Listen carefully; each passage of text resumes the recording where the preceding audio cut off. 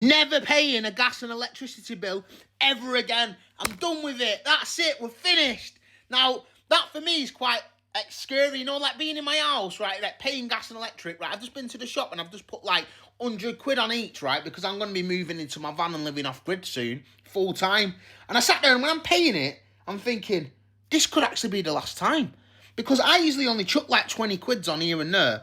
But I put 100 quid on and I'm like, that's it, done. Right, once that's done, I'm done. That's it, right? And it should last me because I'm never at home anywhere. I'm hardly ever at home anywhere. I come home to sleep, you know, do some things and I spend some time with my daughter when I'm at home as well. But I'm sat there and I'm thinking to myself, now's the time when I'm making that transition and I'm trying to spend a lot of time in the van.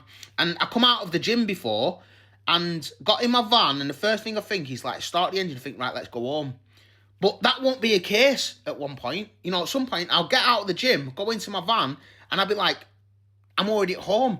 And I'm going through this process of like, am I going home or am I already at home? Because I'm in my van. And it's like, it's weird as fuck. Like, and I'm trying to spend more time before I go home and just spend time in my van. And I'm not on about just in the front even. I'm about like in the back where I live.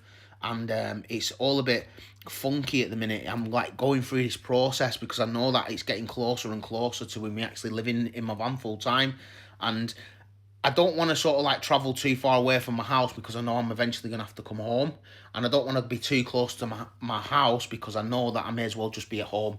And it's weird. And I'm trying to find spots and places in Preston and Lancashire which I can go and stay at night in the van because it's a massive bus. And I don't just want to be on like just some random street, you know what I mean? I want to sort of like find some nice spots in and around Preston.